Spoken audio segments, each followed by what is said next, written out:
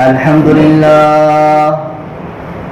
لله نحمده ونستعينه ونستغفره ونؤمن به ونتوكل عليه ونعوذ بالله من شرور أنفسنا ومن سيئات أعمالنا من يهده الله فلا مضل له ومن يضلله فلا هادي له ونشهد أن لا إله إلا الله وحده لا شريك له ونشهد أن سيدنا وسندنا ونبينا ومولانا محمدا عبده ورسوله قال الله تبارك وتعالى في القرآن المجيد والفرقان الحميد فأعوذ بالله من الشيطان الرجيم بسم الله الرحمن الرحيم يا أيها الذين آمنوا إذا نودي للصلاة من يوم الجمعة فاسعوا إلى ذكر الله وذروا البيع ذلكم خير لكم إن كنتم تعلمون فإذا قضيت الصلاة فانتشروا في الأرض وابتغوا من فضل الله واذكروا الله كثيرا لعلكم تفلحون وعن أبي هريرة رضي الله تعالى عنه قال قال رسول الله صلى الله عليه وسلم يأتي على الناس زمان لا يبالي المرء أمن الحرام أمن الحلال أو كما قال عليه الصلاة والسلام اللهم صل على سيدنا محمد وعلى آل سيدنا محمد وبارك وسلم اللهم صل على سيدنا محمد وعلى آل سيدنا محمد وبارك وسلم اللهم صل على سيدنا محمد وعلى آل سيدنا محمد وبارك وسلم. اللہ رب العزت نے قرآن کریم کے 28ویں پارے میں سورہ جمعہ کے دوسرے رکوع میں ارشاد فرمایا اے ایمان والو یا ایھا الذین آمنوا اذا نودی للصلاۃ من یوم الجمعہ اے ایمان والو جب نماز کے لیے اذان دی جائے جمعے کے دن جب نماز کے لیے اذان دی جائے فاسعوا الی ذکر اللہ تو تم اللہ کے ذکر کی طرف دوڑو وذروا البیع اور خرید و فروخت کو چھوڑ دو ذالکم خیر لکم ان کنتم تعلمون اگر تم سمجھتے ہو اگر تمہارے اندر سمجھ ہے تو یہ تمہارے لیے بہت بہتر بات ہے. اگر آپ کے اندر وہ صلاحیت ہے سوچنے سمجھنے کی صلاحیت ہے تو یہ تمہارے لیے بڑی خیر کی چیز ہے بڑا بہتر کام ہے کہ جیسے اذان ہو جائے فوراً اپنی خرید و فروخت کو بند کر دو چھوڑ دو اور فوراً اللہ کے گھر کی طرف نکل پڑو. پھر آگے ارشاد فرمایا فَإِذَا قُضِيَتِ الصَّلَاةُ فَانتَشِرُوا فِي الْأَرْضِ کہ جب تم فارغ ہو جاؤ نماز وغیرہ سے جب فارغ ہو جاؤ فَانتَشِرُوا فِي الْأَرْضِ کہ زمین میں پھیل جاؤ وَابْتَغُوا مِن فَضْلِ اللَّهِ اور اللہ کے فضل کو تلاش کرو. نماز پڑھنے کے بعد زمین میں پھیل جاؤ اور اللہ کے فضل کو تلاش کرو. وَابْتَغُوا مِن فَضْلِ اللَّهِ تو میرے عزیزوں کہنے کا مقصد یہ ہے کہ جب ہم کو نماز کے لیے بلایا جائے تو ہم اپنے کام کو آگے پیچھے کر کے فوراً مسجد کی طرف رخ کریں فوراً مسجد کی طرف دوڑنے والے بنے. اللہ کا ذکر اللہ کا قرآن اللہ کا دین اللہ کے جو احکامات ہیں ان کو سامنے رکھتے ہوئے دین کو سامنے رکھتے ہوئے آخرت کا نفع نقصان کو سامنے رکھتے ہوئے ہم فوراً اللہ کے گھر کی طرف دوڑیں. اللہ رب العزت کہ یہاں اس کام کی بڑی فضیلتیں ہیں. رزق دینے والا اللہ رزق میں برکت دینے والا اللہ رزق کو ختم کرنے والا اللہ تمام چیزوں کا مالک جو ہے میرے عزیزوں اللہ ہے. اللہ کے بغیر میرے عزیزوں کوئی رزق نہیں دے سکتا اللہ کے بغیر کوئی کسی کا رزق نہیں چھین سکتا, اللہ کے بغیر کوئی کسی کے رزق کو بڑھا نہیں سکتا, اللہ کے بغیر کسی کو کوئی بھی رزق کو گھٹا نہیں سکتا. صرف اللہ ہی کے اختیار میں ہے. وہ جس کو چاہتا ہے رزق عطا کرتا ہے, وہ جس کو چاہتا ہے زیادہ دیتا ہے, وہ جس کو چاہتا ہے کم دیتا ہے, وہ جس کو چاہتا ہے فقر و فاقہ میں مبتلا کر دیتا ہے. 3 قسمیں میرے عزیز دنیا میں. ایک تو وہ طبقہ ہے کہ جو مالدار یعنی مالی اعتبار سے وہ بڑا بہت زیادہ اللہ رب العزت ان کو نواز رکھا ہے, اور دوسرا طبقہ وہ ہے کہ جو درمیانی متوسط جس کو کہتے ہیں. اب جو پہلا طبقہ جو بڑا مالدار, اس کو چاہیے کہ اللہ کا شکر ادا کرے کہ اللہ نے مجھے نوازا ہے, اس مال کے ذریعے سے میں لوگوں کی مدد کروں, اس مال کے ذریعے سے یتیموں کے کام آؤں, اس مال کے ذریعے سے غریبوں کو چولہوں کو جلاؤں, اس مال کے ذریعے سے میں لوگ اس مال کے ذریعے سے میرے مال کے ذریعے سے لوگ نفع حاصل کرے. یہ اور دوسرا طبقہ وہ ہے کہ جو درمیانی متوسط اللہ کا شکر گزار بنے, اللہ کا شکر ادا کرے کہ اللہ تیرا لاکھ لاکھ شکر احسان ہے, تو نے مجھے جتنا نوازا ہے بہت بڑا تیرا شکر ہے. اور تیسرا طبقہ وہ میرا عزیزو جو فقر و فاقہ والا ہے, جو بیچارہ بہت محنت کرتا ہے, مشقت اٹھاتا ہے, اس کے بعد کئی گنے چنے روپیے پیسے لے کر آتا ہے, اور ان روپیوں کے ذریعے سے پھر اپنے چولہوں کو وہ جلاتا ہے, اپنی روزی روٹی کا انتظام کرتا ہے. یہ اس لیے میرے عزیزو قرآن کریم میں اللہ رب العزت نے حلال رزق کی بڑی فضیلتیں بتائی ہیں. قرآن کریم میں اللہ رب العزت نے خود ارشاد فرمایا, یا ایھا الرسل کلوا من الطیبات واعملوا صالحا.